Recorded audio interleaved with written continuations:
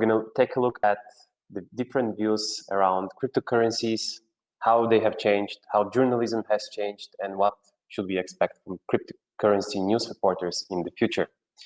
Today's session is again organized by Cryptonomist, a sentiment analysis app powered by more than 50,000 different data points, as well as artificial intelligence.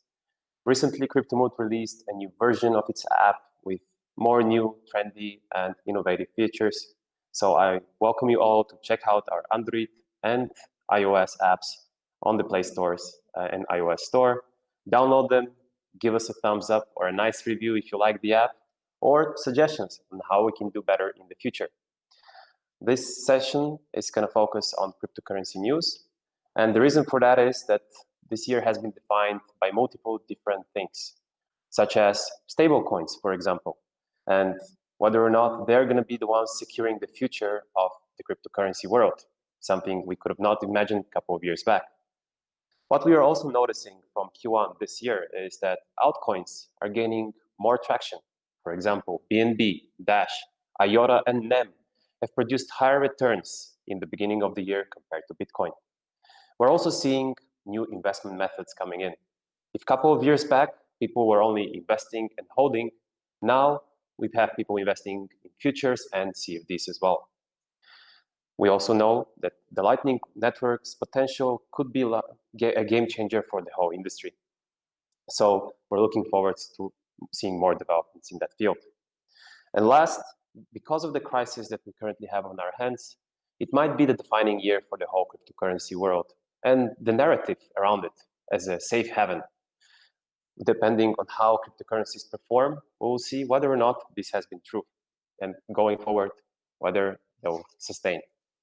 Today, joining here with me are several very important and knowledgeable people in the industry, and I will introduce them one by one. First, it's Tim Copeland, who is an NCTGA qualified journalist specializing in the crypto industry. He's interviewed Vitalik Buterin, Justin Sun, John McAfee, and other high-profile figures in the space. We then have Amelia Tomasicchio, who is a co-founder and editor-in-chief of the Cryptonomist. She's an investigative crypto journalist and a marketing expert. She believes that blockchain will change the way the economy operates worldwide. We also have here with us Emil, who is the founder and CEO of Decrypt, a financially incentivized social micro-publishing platform allowing users to monetize their content. Emil also invests in early-stage fintech startups, and he consults businesses on growth hacking strategies. And last but not least, here with us is Robert Steinadler, who is a regular guest speaker at webinars organized by Cryptonomist. He's also the editor-in-chief of the German online magazine, the Bitcoin Kurier. So today, we're going to focus on crypto news and how are they going to develop in the near future. First, it will be Tim, who will also introduce himself shortly and give us his opinion on where the industry is going. Hey guys, I'm Tim. I'm a news editor at Decrypt. We're a crypto-focused news site run by former Time Magazine and Wired editors. So we've recently released an app which we're kind of working on, which soon is going to be kind of rewarding people for reading content, which is kind of us trying to use blockchain technology as kind of part of the business model and see if we can show that it has kind of real use cases in the real world. We've also recently launched a podcast called the Decrypt Daily. We've already interviewed Catherine Coley, and we spoke to, I think, the Ledger VP after they had that recent hack. So that's kind of picking up, which is cool. And yeah, so we just kind of do daily coverage. We do cool features. That's pretty much about it for us. In terms of the future of the industry, I mean, it's very tricky to know. I mean, right now we continue to have hacks and scams, and Ethereum Classic getting hacked twice, and we're getting a 51% attack twice in a week. It's definitely, I think, experimentation would be the word I would use. Especially you've got DeFi. There's loads of crazy things happening. I mean, you look at Wi-Fi, it's just really cool, really inventive stuff. But fundamentally, there's things going wrong. There was another DeFi bug the other day. And yeah, so I think the keyword is experimentation. Once we kind of get through that phase, we're going to see what comes out the other side and if we build something valuable. Thanks, Tim. And having talked to many high-profile people in the industry, as well as recently launching a podcast, chatting with some of them, could you give us your opinion on where do these changes, where the things happening in the industry are propelling journalism? Which way do you think journalism in the crypto industry is going to go, and how it has changed in recent years? I think that journalism is becoming under increasing focus right now. I mean, partly kind of thanks to Donald Trump and what's happening in the US, that's definitely put the spotlight on it, and it has in part turned a lot of people against the media. I think right now it's kind of one of the harshest environments to be in this industry. Like if you look at the journalists that were kind of arrested, that's pretty unprecedented.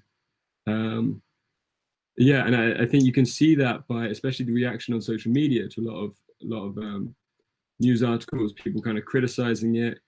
You had at one point, I think, CZ and Justin Sun putting out like a fund, an anti-FUD fund, which kind of looked like in the media like it was designed to fight news articles.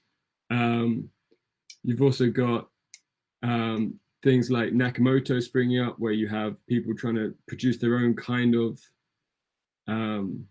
media that they want to be kind of more informative.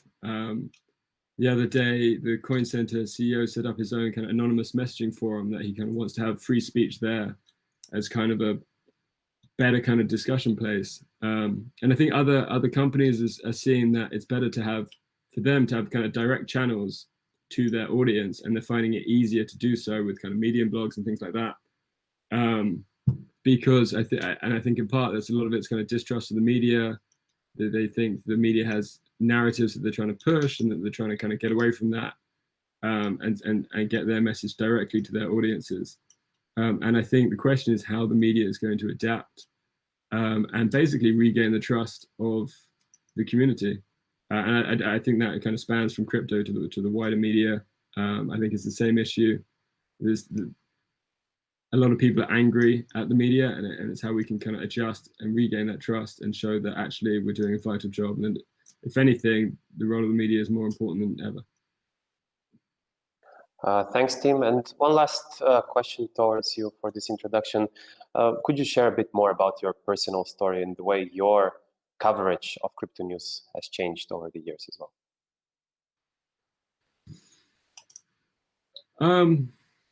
Okay, so I basically I was a classic boomer into crypto in 2017. I just found it fascinating.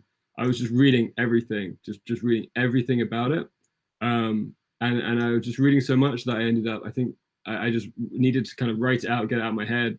I set up a website just to kind of blog about it. And at that time, I already had a diploma scheduled. So I was scheduled to do a diploma in February at the NCTJ. So NCTJ qualified, but it was at Press Association in London.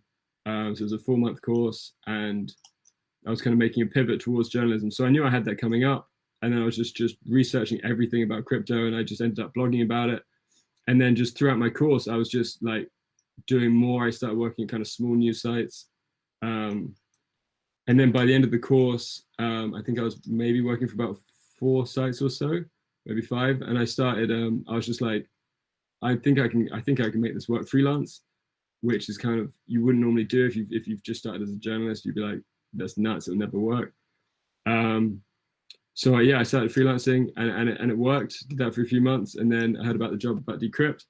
I was just like, this could be cool. So I started there, and we basically, that was like, I was there right from the very beginning, and it's been 2 years now. I think we published our first post, I think 31st of July. So that was like 2 years a week ago, and it's just crazy to see how far we've come in 2 years, see how we've grown it, and kind of the stuff that we're putting out now. It's just so exciting. It's really cool. Thanks. And would you say the stuff that you're putting out now is much different from what it was a couple of years back? And the interest of people, has it changed in terms of the content you're putting out? What is attracting the most eyeballs? I don't know if we've certainly improved. I mean, I was quite a young, fresh writer. And so was kind of my other colleague at the time. So we've definitely, I've learned a lot. Our editors have a huge amount of experience, and I've been learning from them very closely. So we've changed a lot in terms of kind of what we put out. I don't see that many changes. It's the same kind of content. I've always kind of been interested in the same things.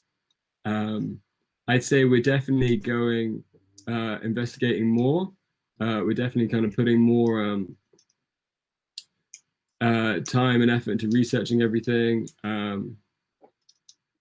Yeah, and we're definitely kind of doing bigger, bolder features. I mean, the stuff, kind of some things I did a big investigation into Ethereum names. I wouldn't be able to do that about 2 years ago. So, but I think it's the same content. It's just a different kind of level of output. Thanks for that introduction, Tim. I would like to continue with Amelia and her overview of the industry, how crypto journalism has developed, and where is it going? Yeah, first of all, thanks for inviting me. I'm Amelia from France. I'm the founder of Cryptonomist, which is a magazine in both Italian and English language. We founded it 2.5 years ago. In the beginning, it was only in Italian, but after we added the English version. So right now we are more focused on the European readers. Our base is more in Europe or in Italian and in Italian Switzerland, because we started before with the Italian language. I started to write about Bitcoin in 2014. At that time, I was studying at the university, and I wrote my university essay about Bitcoin. And since then, I continue in this field. In the beginning, I was a freelancer, like Tim, working for different magazines, for Cointelegraph, NewsBTC, and so on. But after, I was hired by Poseidon Group, which is the holding that wanted to create Cryptonomist. So since then, I work with them only. And yeah, I'm the editor in chief, so I could see how the media has changed during these 2 years. I noticed that in the beginning, the articles that gain more attraction were about trading. So all the news connected to the price of the market. So I don't know, Bitcoin is growing, why it's growing, and so on. Nowadays, instead, a trend I'm experiencing is the interested in the crypto scam. So more and more people Google about the genuinity of a project. So I'm very happy, because I think more and more people are interested in knowing if it is a scam or a genuine project. So they ask themselves this kind of question before investing in a project. So we are more and more focused on this topic. And of course, another trend is about DeFi. Everyone knows it's a growing sector, as Alex said in the beginning of this interview. So we started, in fact, a specific section about DeFi on Cryptonomist to follow this trend. Not only about the news of this industry, but also we have charts and graphics to follow the market, how many Ethereum have been blocked, and so on.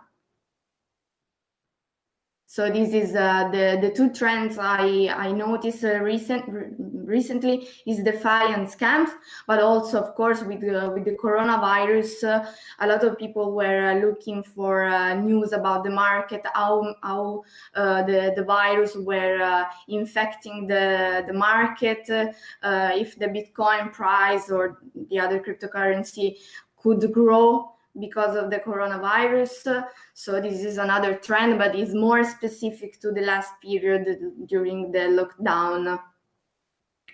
So yeah, and related to Cryptonomist, recently we acquired a magazine on e-commerce about merchandise. So right now the business is growing. We have different business models. So not only selling the advertising on the Cryptonomist, but we also have a part dedicated to crypto merchandise.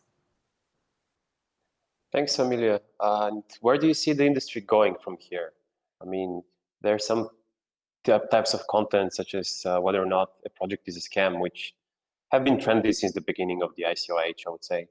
And do you see this trend continuing towards the future, that people would still be interested in this type of things? And of course, past COVID-19, how do you see crypto news developing from there? Yeah, what I said before, it was related to the last period. So the coronavirus is a topic that is gaining more and more traction because of the period, and also the crypto scam. In the ICO period, so in 3 years ago, I noticed that people were less careful in investing in a project. So I don't know, they read, oh, there is this new ICO, and they invested with less attention.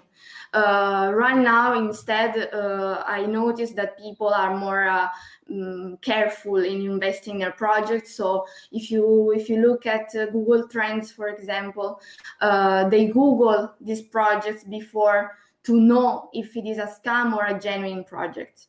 So I said that I'm very happy about this, because the market in general can be more genuine, with less scam, which is as we know a problem in the industry, because sometimes we have a lot of scams, we have a lot of hacks, etc., which is not good for the whole industry, because sometimes you can read, I don't know, the Bitcoin.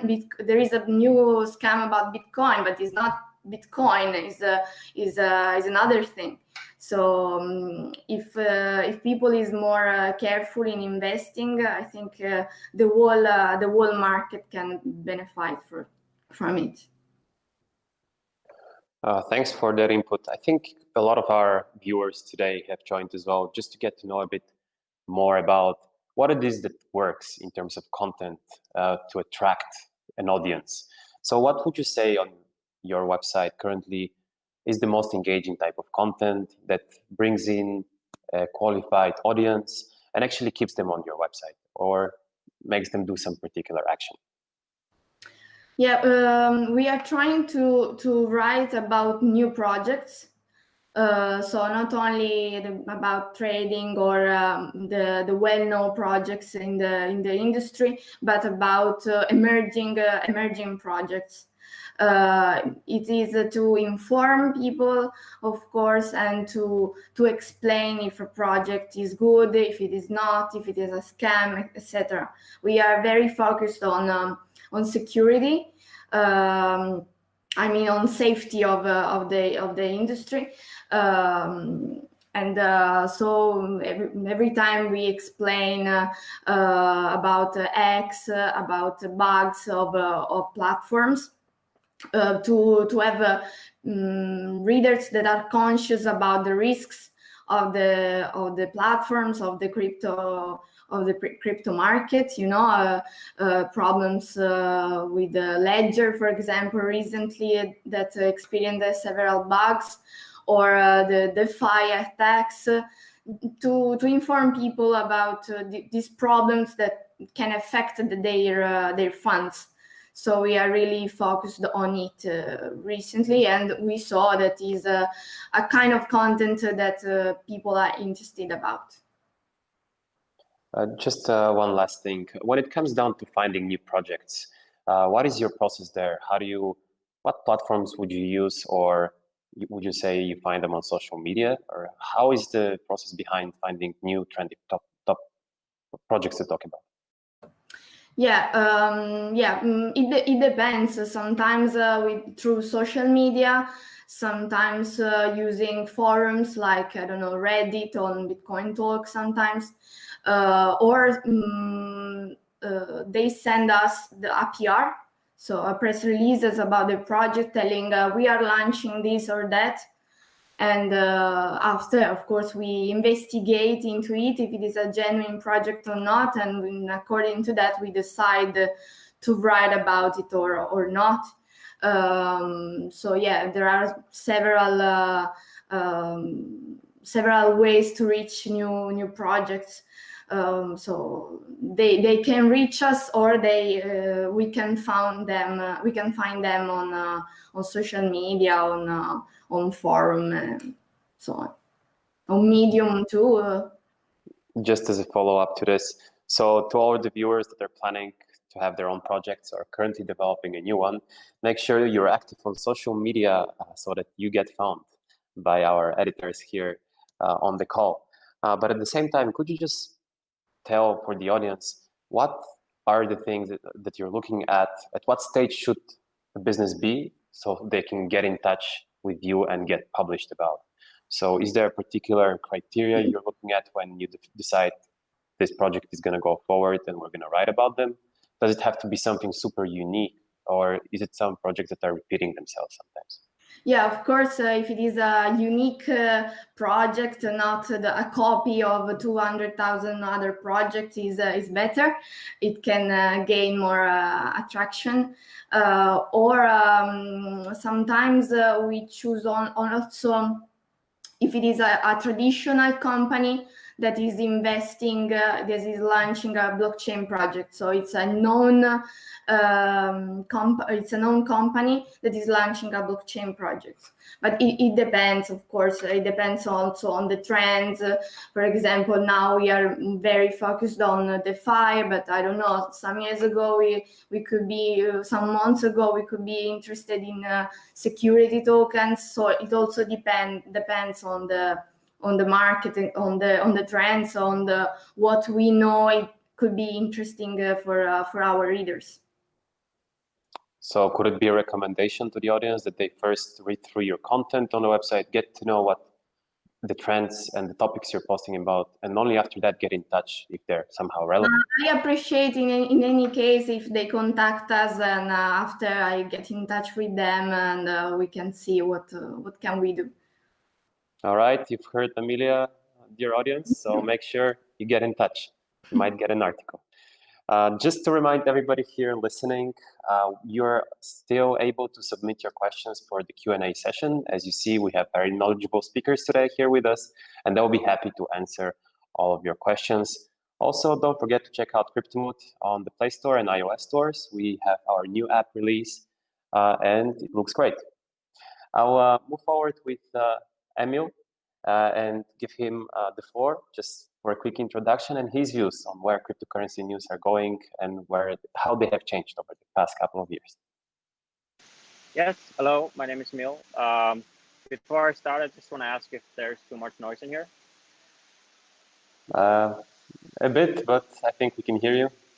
Okay, so I'm at a co-working space, but just 2 minutes before this show started, there's like a water show starting right next to me. So I'm sorry about that. But my name is Emil. I'm the founder of The Capital. We're a financially incentivized micro-publishing platform. We focus mainly on business, finance, and tech. So we actually started back in 2018 as a crypto magazine. Back then we were called Altcoin Magazine. We focused entirely on crypto. But as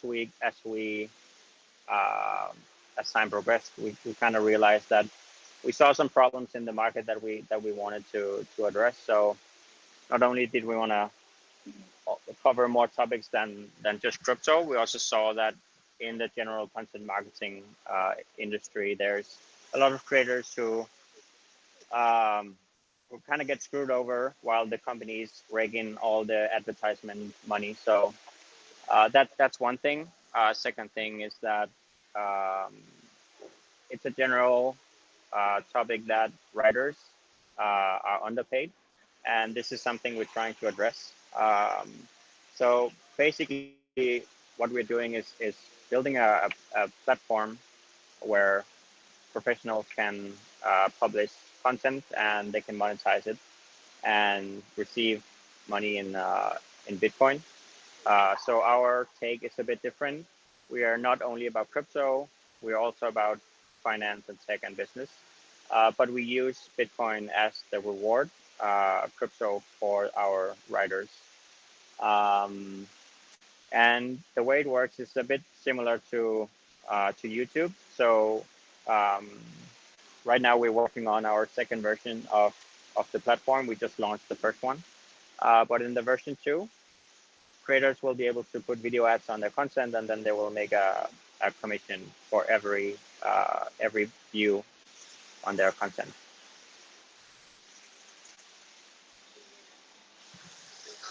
All right, Emil, could you just let us know how has journalism in your view changed over the past couple of years?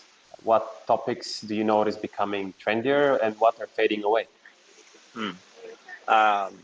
Yeah, so it's actually interesting. We started as the crypto magazine, and we have, in my time, we had over 5,000 writers writing for our magazine. So we have a lot of insight on this. But I think it's interesting because the journalism space hasn't really changed much.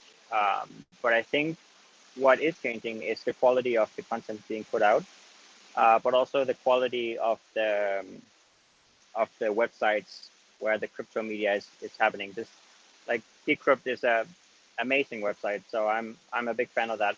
And I think a lot of crypto websites are starting to step up the game and focusing on just becoming better. You mentioned there were thousands of writers working together with you. Would you say the number of writers is going up or down? How do you see this developing? Yeah, so the way I see it is kind of everyone is becoming a writer.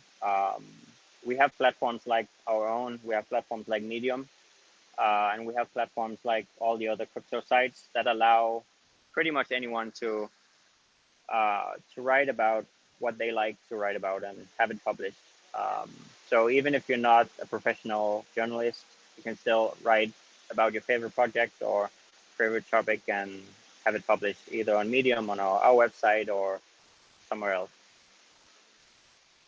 And when this people come and write content for you or Medium, well, for you specifically, I would say, how does this content gets distributed afterwards? What channels do you use to additionally promote the content so that it reaches the right audience? So it's important to, we have the old model, which is the Medium publication. That's where we look for quality content, quality writers, and then we basically give them more exposure on their content. And then we have our social media accounts where we also republish the best articles on our platform, and we have weekly best writers of the weeks and stuff like that. But in the future, we are moving into a new platform, our own platform. It is the place where creators will be able to publish content on their own, and from there, it's gonna change how we do business. Yeah. So when it comes down to people posting their own content, wouldn't you say there is a bit of a, let's say, maybe a problem if somebody just starts pushing out a bunch of content, related to only things that he's interested in or their business? How would you control that? Or what happens when, people are not producing the right stuff or stuff of good quality when working with you, especially?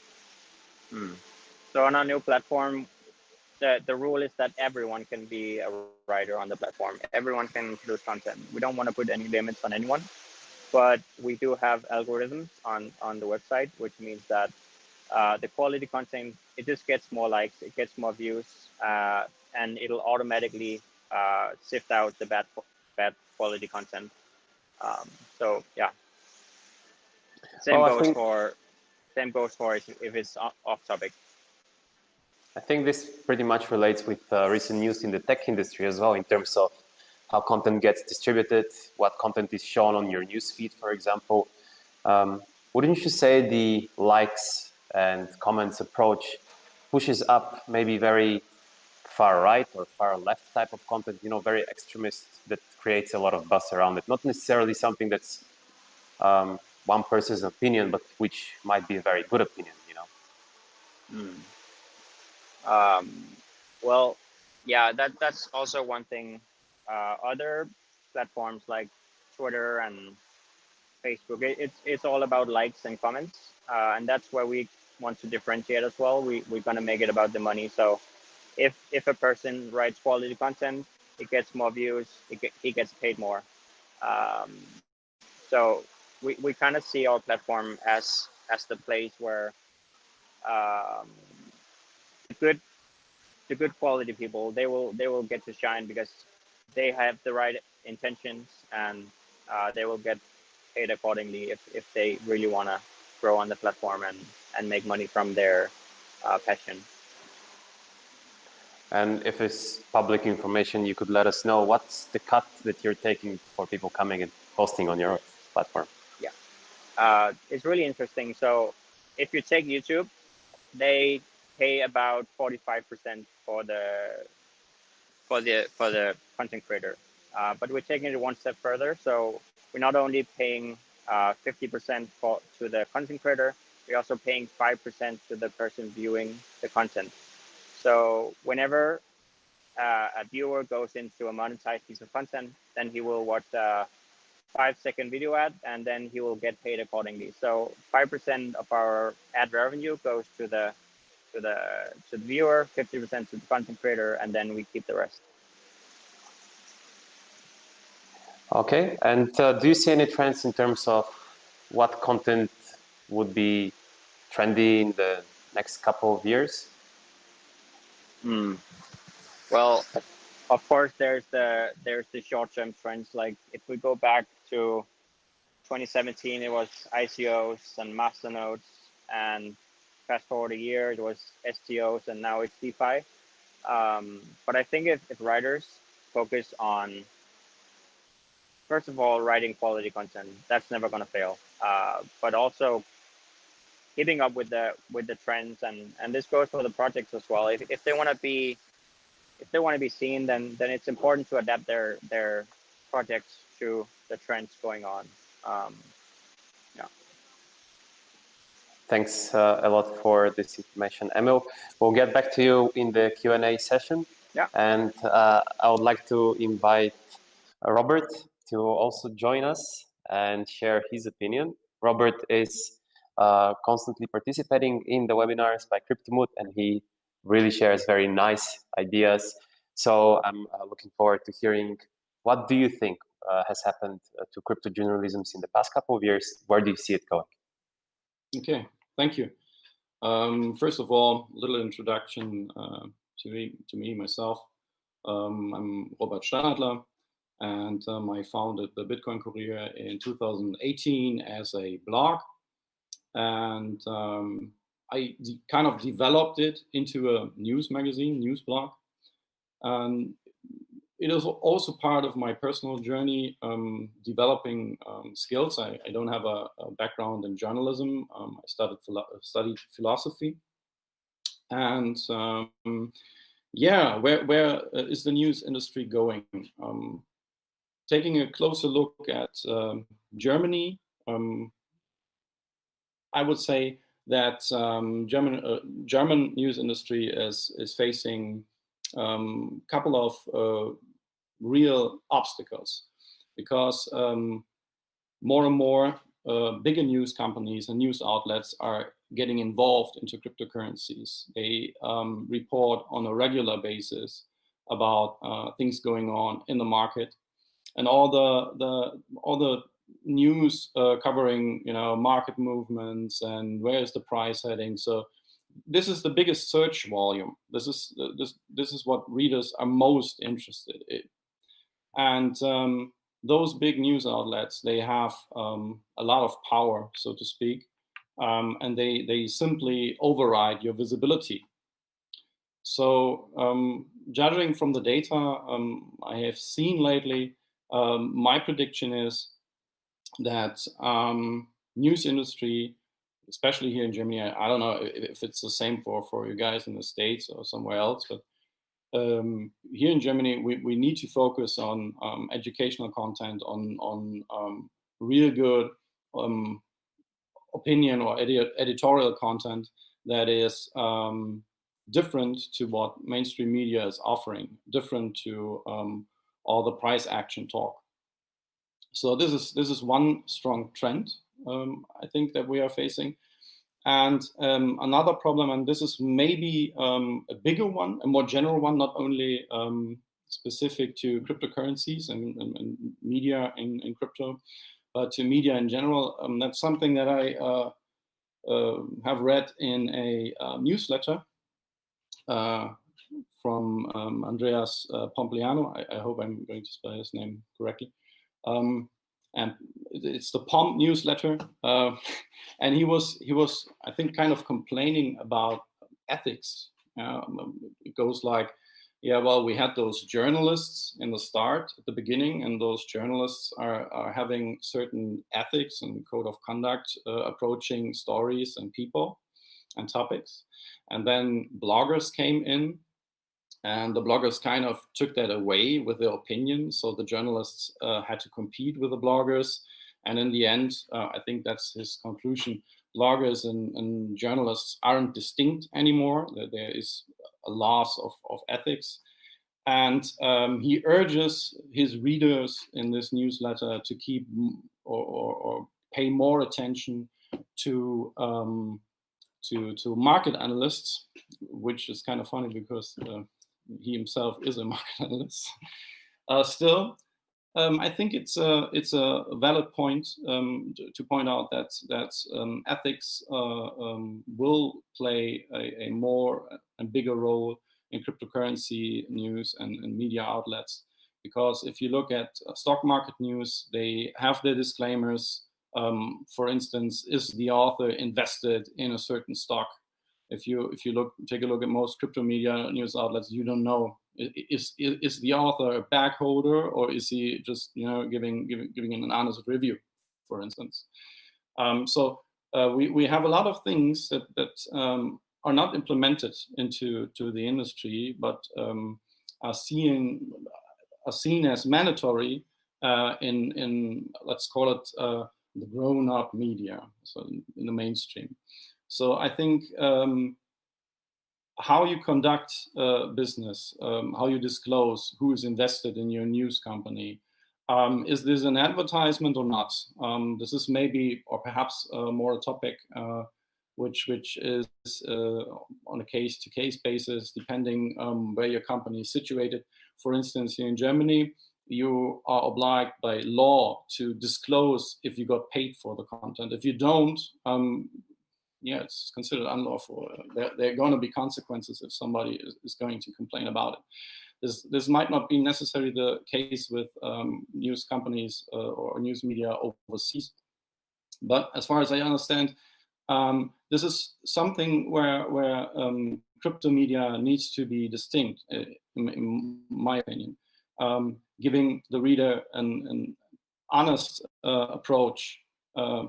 How are you financing yourself? Is this a review or not? Did you get paid for it? Are you invested by yourself?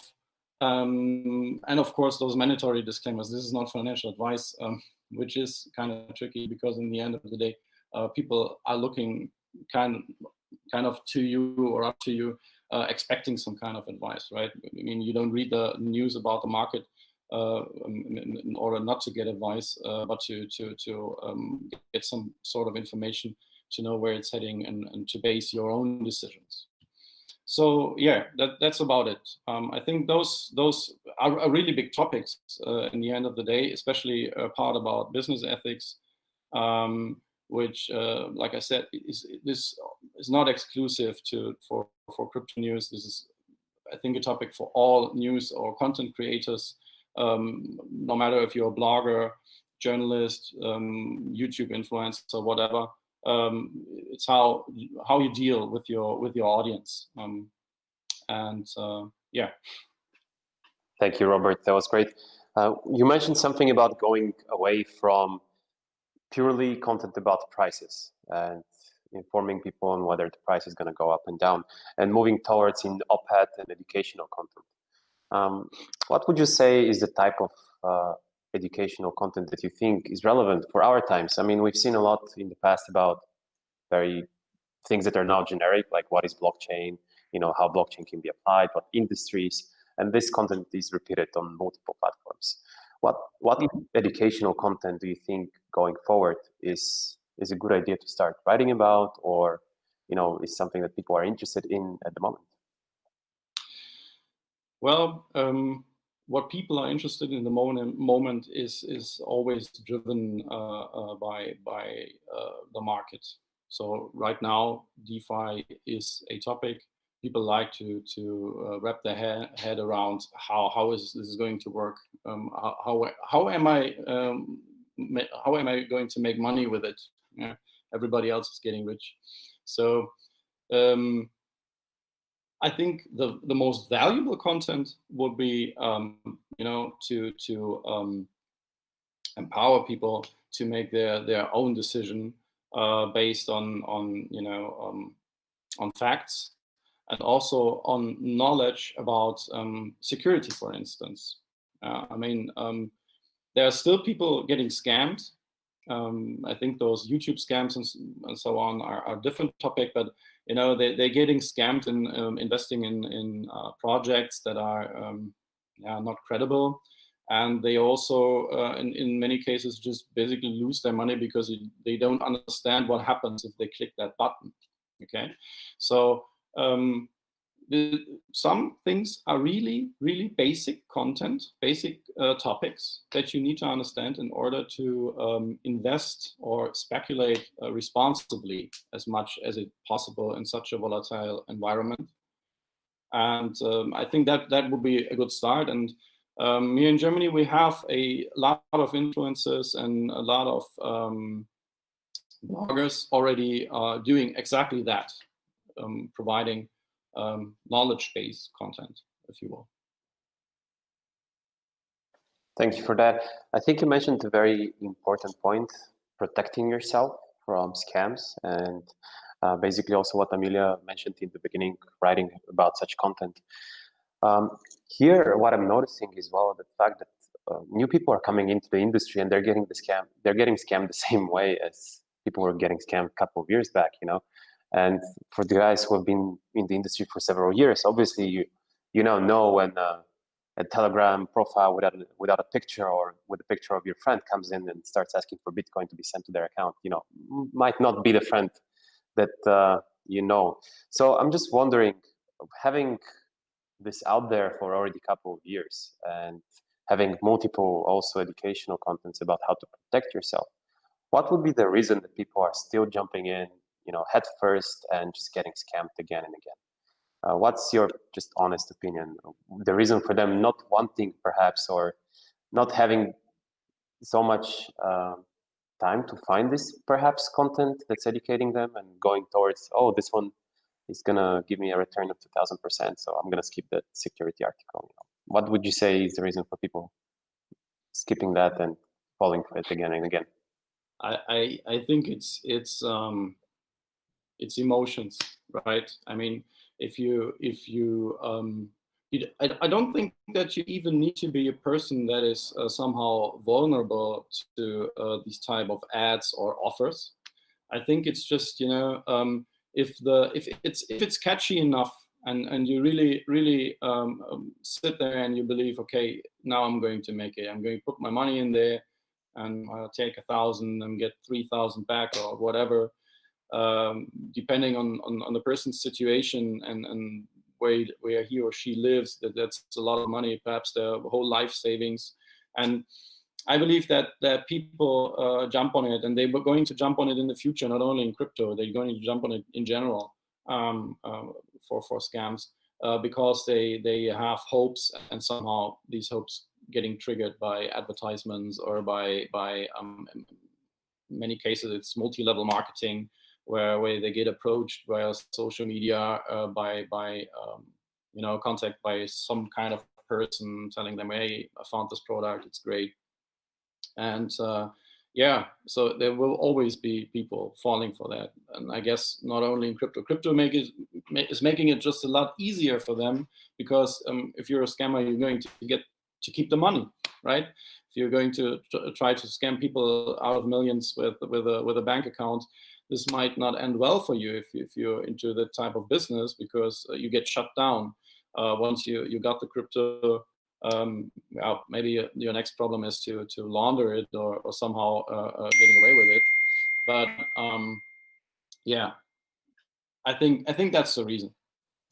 Excuse me.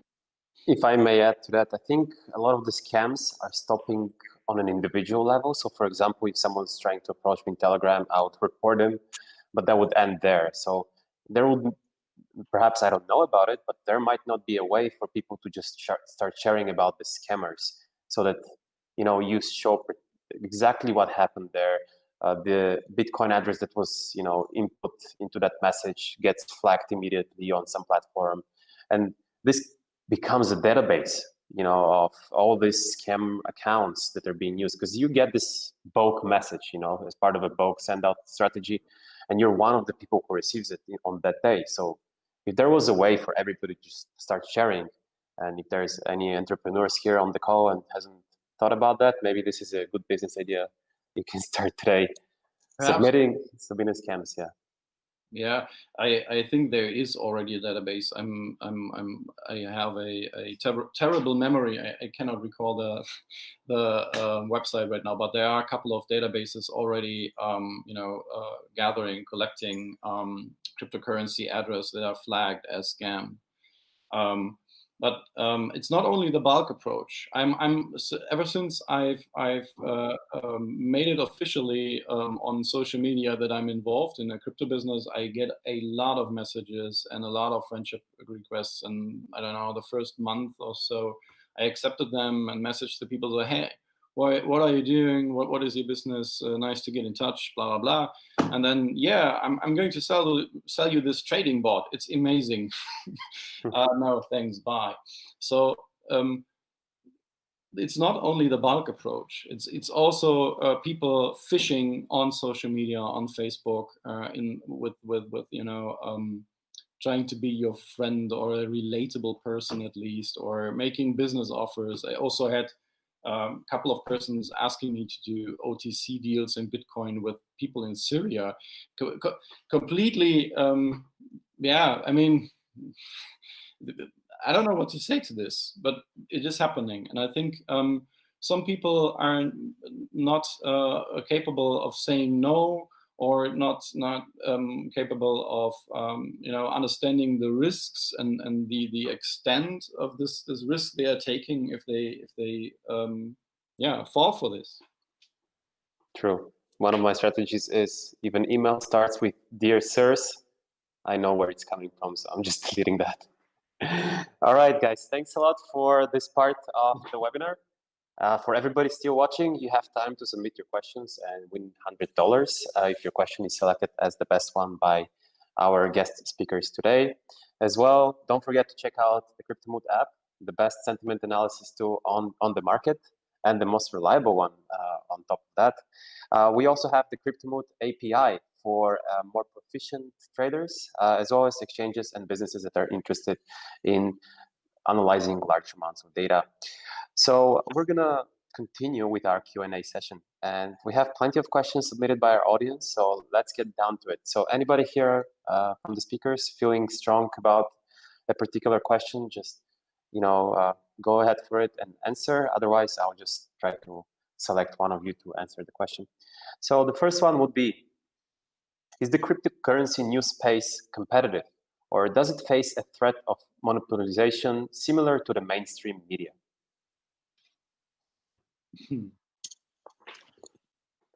Robert, maybe you? I honestly don't know. That depends on who is owning each outlet. Let me put it this way. As long as there are independent news outlets or bloggers or influencers who might have their own interest, why they're covering a story or why they approaching things with a certain opinion. But as long as they are there, they are some kind of corrective, even if the whole media is keeping silent about a problem, as long as there's somebody who's speaking out and it's getting shared and it's getting viral, and perhaps another news outlet is jumping on the story, says, hey, maybe there's something about it, let's do some research on this.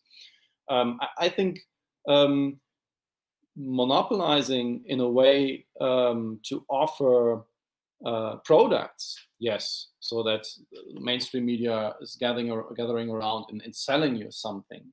But in being well informed and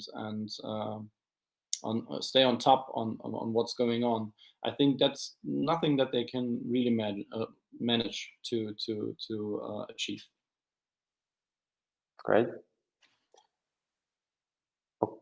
Right, guys. So if you don't want to add or don't have anything to add, let's move on and check out the second question.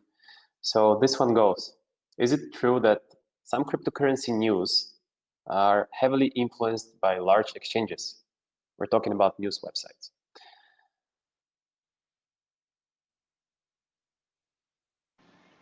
Do they follow up with the relation? Like, I think what is meant here is, would you say that there is a relationship between cryptocurrency news websites and the exchanges, how the exchanges are basically making money, and eventually what news are being written on those websites in order to make money for the exchanges, supposing I think this is the direction of the question. Personally, I don't think it's a problem. I haven't noticed myself, but of course there's going to be media sites that work with either exchanges as sponsored, or maybe it's not enclosed that it's sponsored. But it's not something I've heard about. Would you say in this direction, if we're talking, so I'm sure that exchange websites are allowing content producers to share articles and then have an affiliate link on their website, right? So that eventually they profit from that. So would you say that some cryptocurrency news exchanges would be giving out larger percentages in order to stimulate certain websites to post more about them? Maybe. Is this something that is happening or have heard of? I don't know. I think referrals is a good thing overall. It brings money for the exchanges. It brings money for the people sharing, and money for the people writing. So, but yeah, of course, it can be misused. Great. So our next question is: how much growth have your websites seen since 2017? And do you think it mirrors the development of Bitcoin price?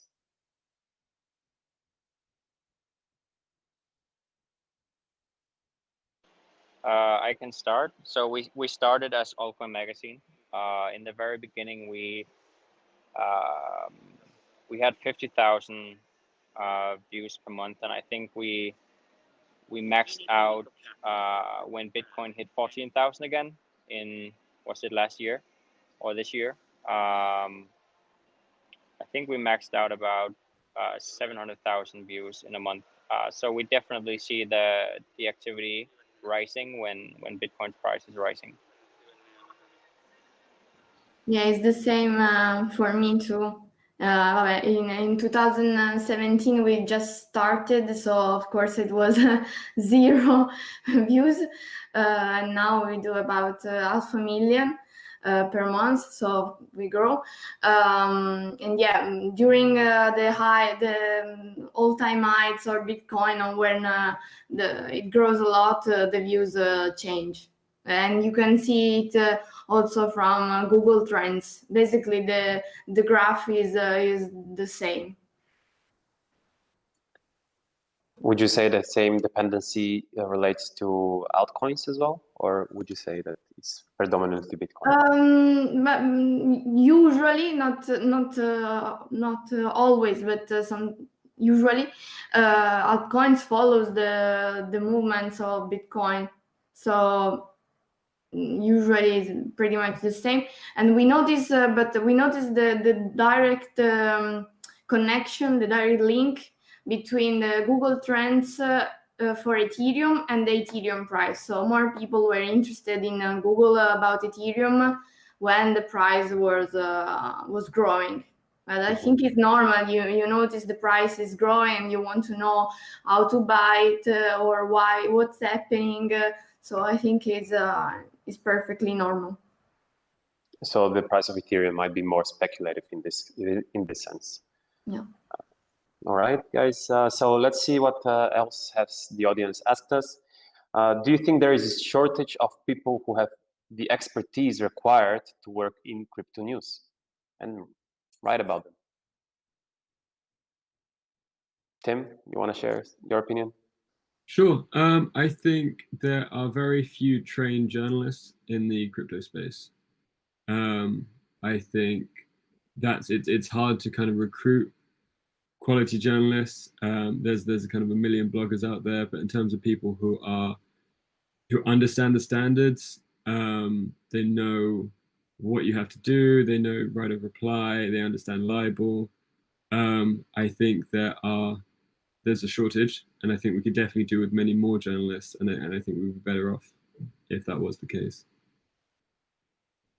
Do you think that people need to be good journalists to start writing about cryptocurrencies, or should they know and be experts in cryptocurrencies to start writing? So which one is it? Is it first being a good writer or first being an expert in the field?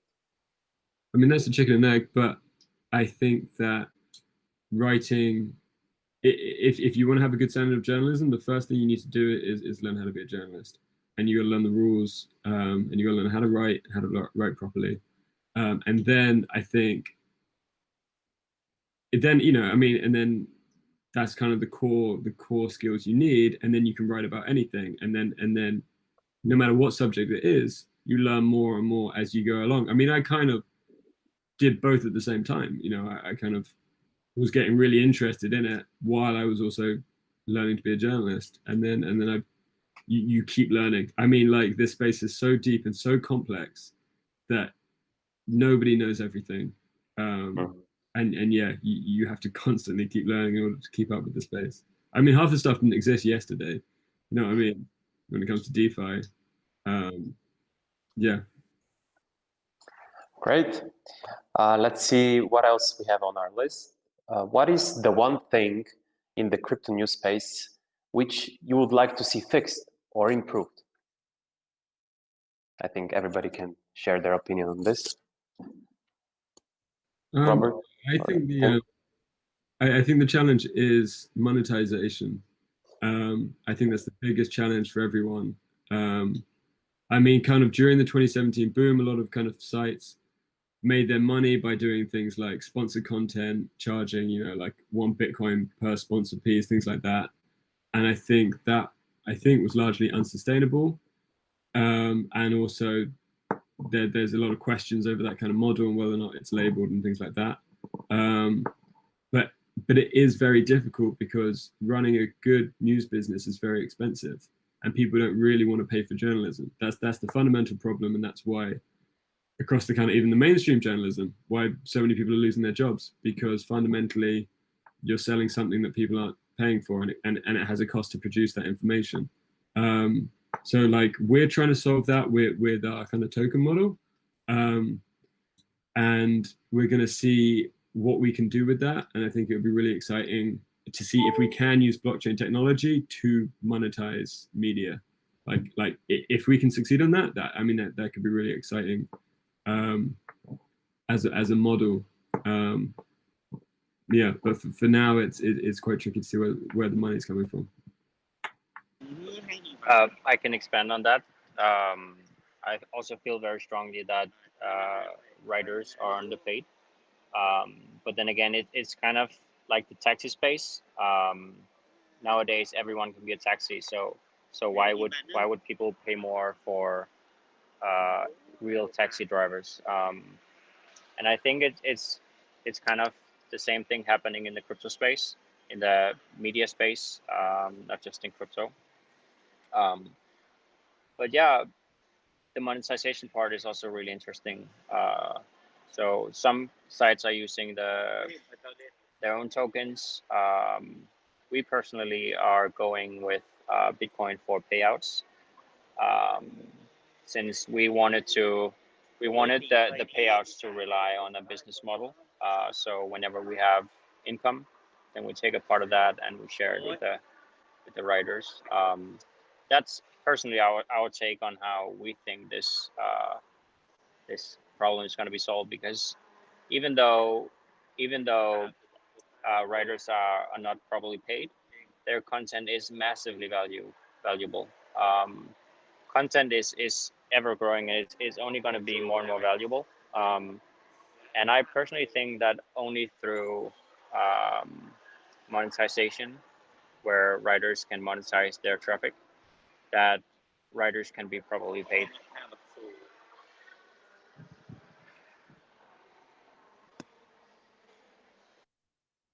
Amelia or Robert, would you like to share your opinion? What could be fixed or improved in the crypto news space? Yeah, I think monetization is the biggest problem. Also because if you don't have someone invest in your magazine, some companies, etc., it's very difficult to monetize, and as Tim said, it's very expensive to run a good journal. And I think this problem leads also to the problem of not be impartial, because if you have problems of money, you have to take money from someone, I don't know, from an investing company, from, I don't know, whatever. So it means that maybe you have to write about that company, even if he's not so interested, or to avoid to write about a competitor of them. So I think the two problems are connected. By the way, on that, I think that kind of links into another issue of transparency, because you've got, I mean, where the money comes from is a big issue, and it is a difficult kind of question. But the other thing is, a lot of sites are getting funded, but they're not being clear about where that money's coming from.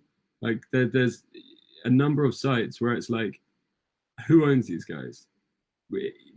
You have no idea who owns them. You have no idea where their money's coming from. You have no idea what conflicts of interest they have. It's I find it crazy, and I find it crazy that question isn't kind of raised more often.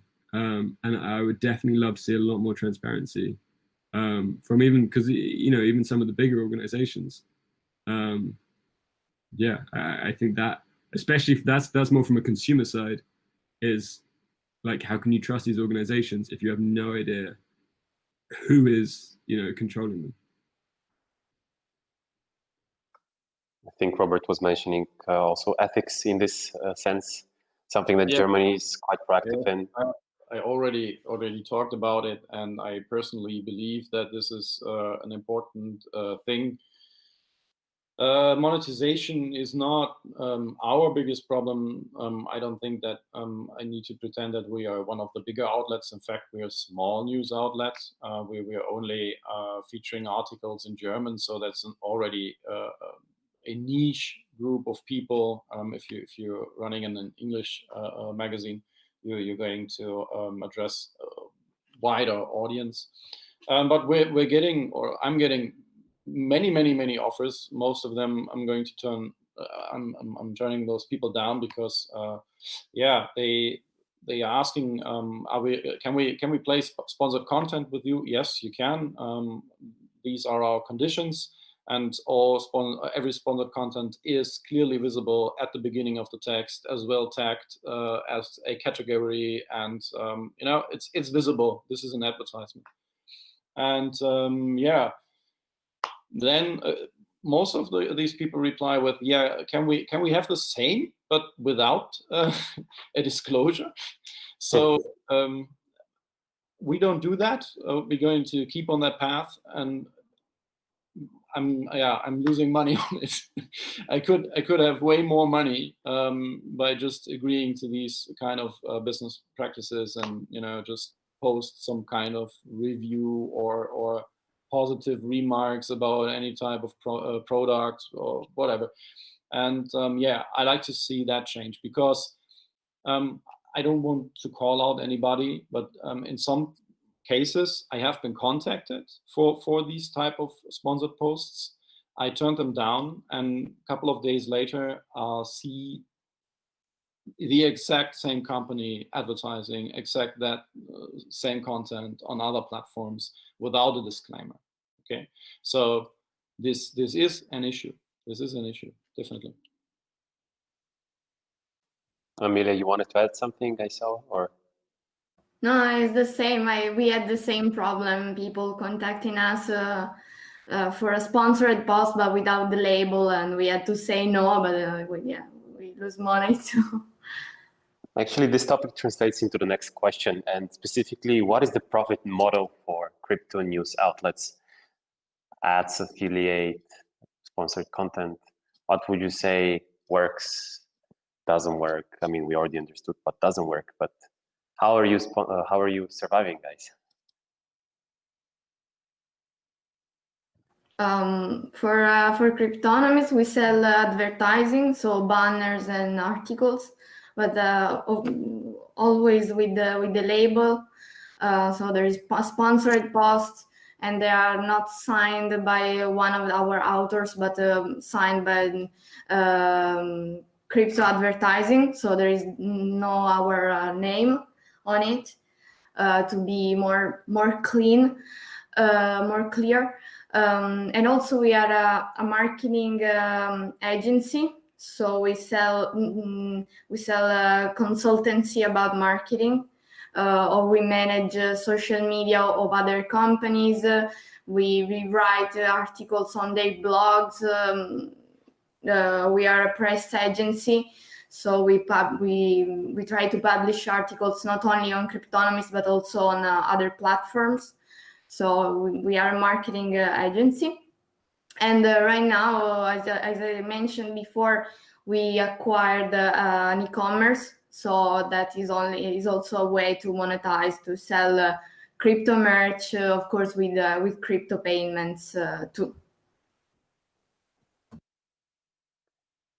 Are you in any way in control of the type of ads that are being shown on your websites? Because sometimes somebody comes with the sponsored content, you turn them down, but then their ads appear on your website. Are you following this through? No, what do you mean? I didn't know. It's yes, Robert. Perhaps I can answer this. So we have, of course, we have some type of control about advertisement on our website. We're using Google Ads for banners. So if we don't, or if I choose to turn an offer down or simply block it because it's a scam, then we might seeing issues by we have to react to the banners running on our website, because there is some sort of control panel in Google, and you can block certain ads there, generally, or even the very account of the advertiser. But you're reacting to it. Okay, you also could exclude certain domains in advance, which we already did in many cases. but we're not capable of having 100% control. It's more than, let's say, 80%, 90% control that you. In fact, in the past, I have seen this. I took a look at my own website and was wondering what kind of banner is this, and immediately threw it out. So yes, we have control, but it strongly depends if you're using some kind of service to implement banners, or if you implement them by yourself as, I don't know, JPEG or something. All right, thanks for sharing. So let's move on to the next. It's a very interesting question. Do you think the crypto news websites we see today are going to be around in 2030, so in 10 years? I personally think maybe 10% of the crypto site is going to stick around, because there's a lot of the small sites that they don't have a sustainable model, or they don't have any really reason to be there.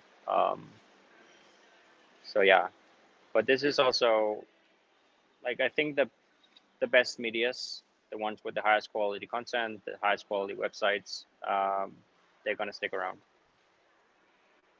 Do you see the smaller guys just going bankrupt, going bust, or getting acquired, or how do you see them disappearing? I think the smaller sites, they're just going to go away. A lot of them don't have any content, and yeah, they will have no incentives to stick around. But of course, there will also be some smaller but higher quality sites. Maybe they will get acquired. I'm a big fan of that model, because it supports the creator behind the websites. Yeah. Would you say that that's not going to result in what we mentioned before, monopolized industry, where a lot of the content outlets get consolidated, and if only 10% survive? Yeah. Well, of course, 10% of the ones today are going to survive, but there's going to be popping new ones up all the time, and we're only going to see more from now on. But I don't think it's necessarily bad that they get acquired, and I don't think it's bad that the bigger ones get bigger, because with bigger websites there also comes higher requirements and higher responsibilities to the types of content, to the people they hire. So yeah. As long as they're transparent. Yeah, I don't think there's going to be monopoly, especially when we have bloggers being able to write about everything. Yeah. Anyone else wants to jump in on this? All right. So let's see what else we have on the list. Do people who work in crypto news get paid in crypto? How does it work with your websites? We pay our writers and internal writers, and we pay our employees in crypto. That's a choice. Like they can choose if they want to get paid in crypto or in US dollars or their own currency. But I think it's about 50-50. People tend to like crypto more, and yeah. Is it they don't mind if? Yeah, we pay in either Ethereum or Bitcoin. Mm-hmm. How is it for the rest of you guys? Are you receiving payments in crypto? Are you paying people in crypto? Yes, well, we do accept Bitcoin. In some cases, we get paid, or we already got paid in Bitcoin. It's only a matter of question of tax-wise. We need to cash it out immediately after we have received it, which isn't a problem. We have a registered business account with it's a broker, not an exchange. Yeah, so it is accepted. Amelia, Tim? Yeah, we pay and get paid in both, so Bitcoin, Ethereum, stable coins, but also fiat currency. It depends because, for example, some of ours employees are in Poland, or in Macedonia, where it's tricky to be paid in cryptocurrency for invoice, and the accountant doesn't know how to do it. So there are some problems. But yeah, when we are able to, we are happy to pay and get paid in Bitcoin or other cryptocurrency. Yeah, we only pay in fiat currency. But when I was a freelancer, I used to get paid in crypto, and I found it. I thought it was fantastic. You get paid in I mean seconds from anywhere in the world, no matter kind of where you're working for. I recorded it all for my taxes, and just kind of like it's pretty straightforward to do all of that. I thought it was fantastic. The one time I think someone paid me through PayPal, and it was a foreign transaction. It cost something like 15 or 20% in fees, or something like it was something, or maybe it was a lesser percentage, but it was a significant kind of money. You know, when it's your wages, it's just like that digs in, especially as you're paying kind of taxes on it and not even getting the full amount, and then you're still paying the taxes. So yeah, I think paying crypto is fantastic, but no, we don't do it. Okay, we have a thank you for those answers. Very honest. And how many? The next question is, and considering the crypto industry isn't around for that long, but how many years does it take to become a crypto journalist?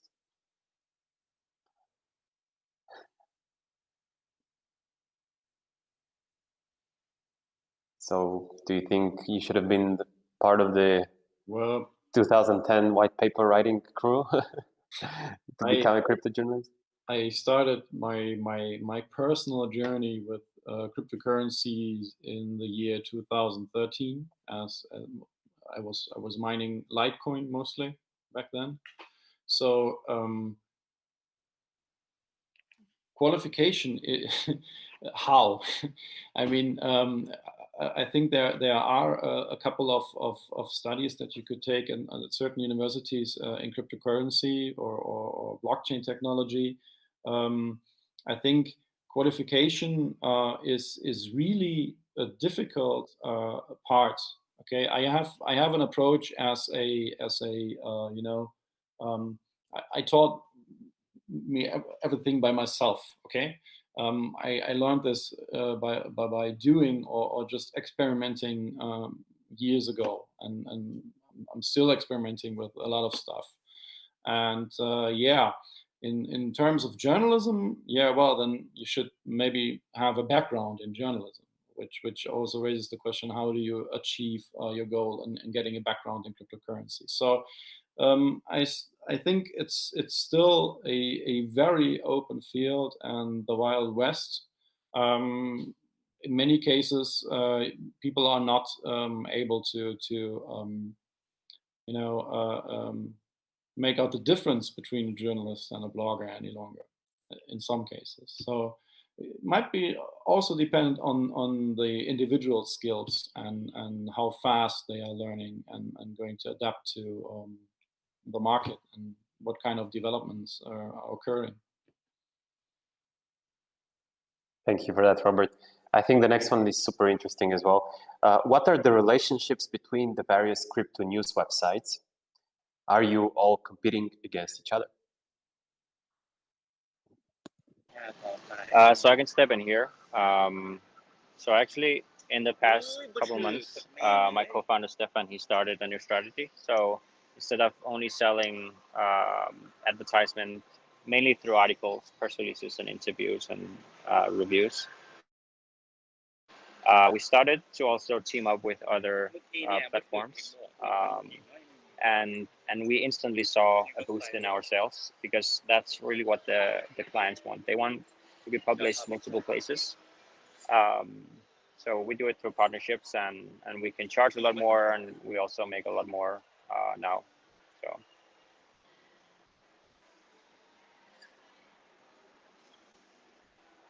Yeah, it's the same for Cryptonomist. As we are a press agency, also we have partnership with different magazines, so we don't really compete, but we have some partnerships to be able to publish our press releases for our clients on their platform. So it's not really a competition.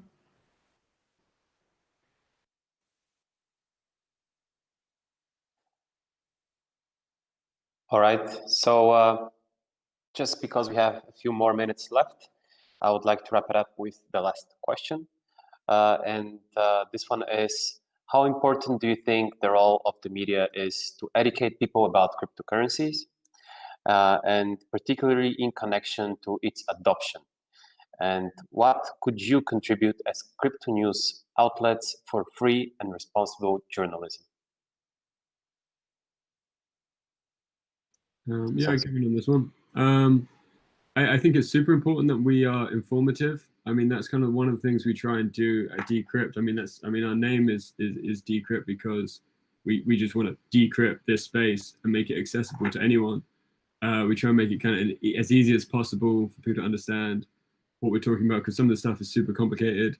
We have a cool thing called dictionary words, where you'll see a word in bold and a little question mark, and if you hover your cursor over it, it pops up with a little like definition of what the word is, which, you know, because when you're writing articles and you're mentioning like hash rate and 51% attack and like all of this stuff, it can be completely overwhelming, and it's frustrating to be explaining all of the concepts all of the time in daily news. That's also quite difficult to do.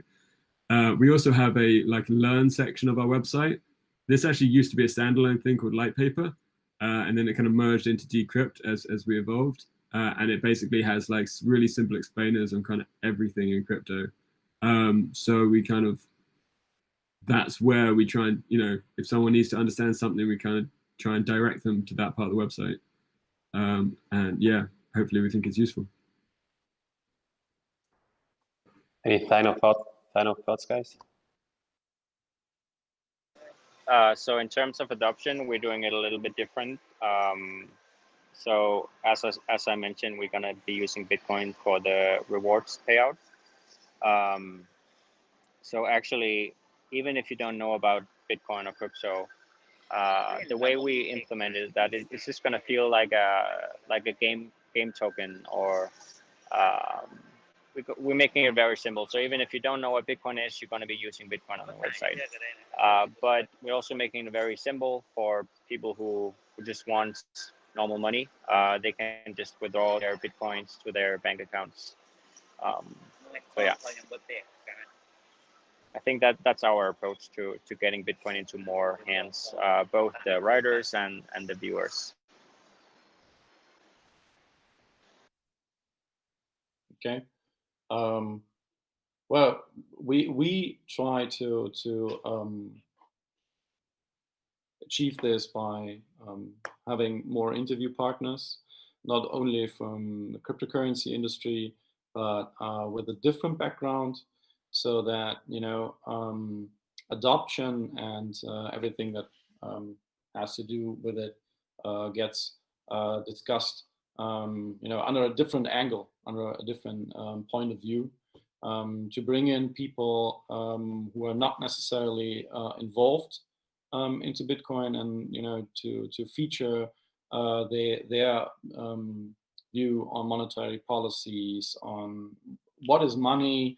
I mean, there are a lot of questions to adoption that are evolving if you are thinking about making Bitcoin new type of currency or world currency. There are different approaches to that question, or even different questions to approach the whole topic.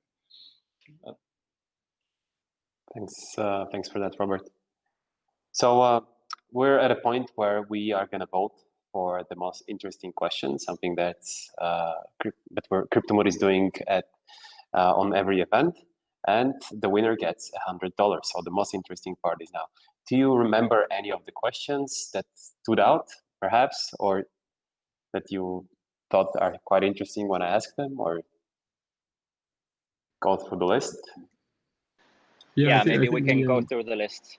All right, so let me do that quickly for you. So the first one was, is cryptocurrency news space competitive, or does it face a threat of monopolization similar to mainstream media? Second, is it true that some cryptocurrency news websites are heavily influenced by large exchanges? Third, how much growth have your websites seen since 2017, and does it mirror the price of Bitcoin? Fourth, do you think there is a shortage of people who have the expertise required to work in crypto news? Fifth, what is the one thing in crypto news space which you would like to see fixed or improved? Sixth, what is the profit model for crypto news? Ads, affiliate, etc. 7, do you think the crypto news sites we see today will be around in 2030? 8, do people who work in crypto news get paid in crypto? 9, how many years does it take to become a crypto journalist? 10, what are the relationships between the various crypto news websites, and are you all competing against each other? And 11 is, how important do you think the role of media is to educate people about cryptocurrencies, and what can you do to contribute for free and responsible journalism? So the voting is starting now.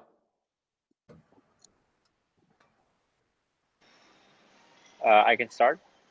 Go ahead. Personally, I find the question about what can be fixed and improved is the most interesting one. That's my vote. All right. Yeah. Question number 5. Yeah, question number 5 for me too. Okay, Tim, Robert. I was going to say that one. It's funny. Last time we had a call, it was also a very clear decision, number 5. Yes. Anonymous decision. All right. Congratulations to the person who submitted that question. You will receive a follow-up from our social media friend. And to everybody still watching, thanks a lot for joining today. Don't forget to check out cryptomood.com for finding the most reliable sentiment analysis tool on the market. It will help you get ahead of other traders, and it's a simple tool that you can start using whether or not you're just beginning to trade or if you're a proficient trader for many years. Thanks again to all of you on this call, Amelia, Emil, Tim, Robert, thanks for joining, and I'll see if we can have another chat like this in the future as well. Thank you. Yeah, thanks. Thank you. Yeah, thank you. Cheers.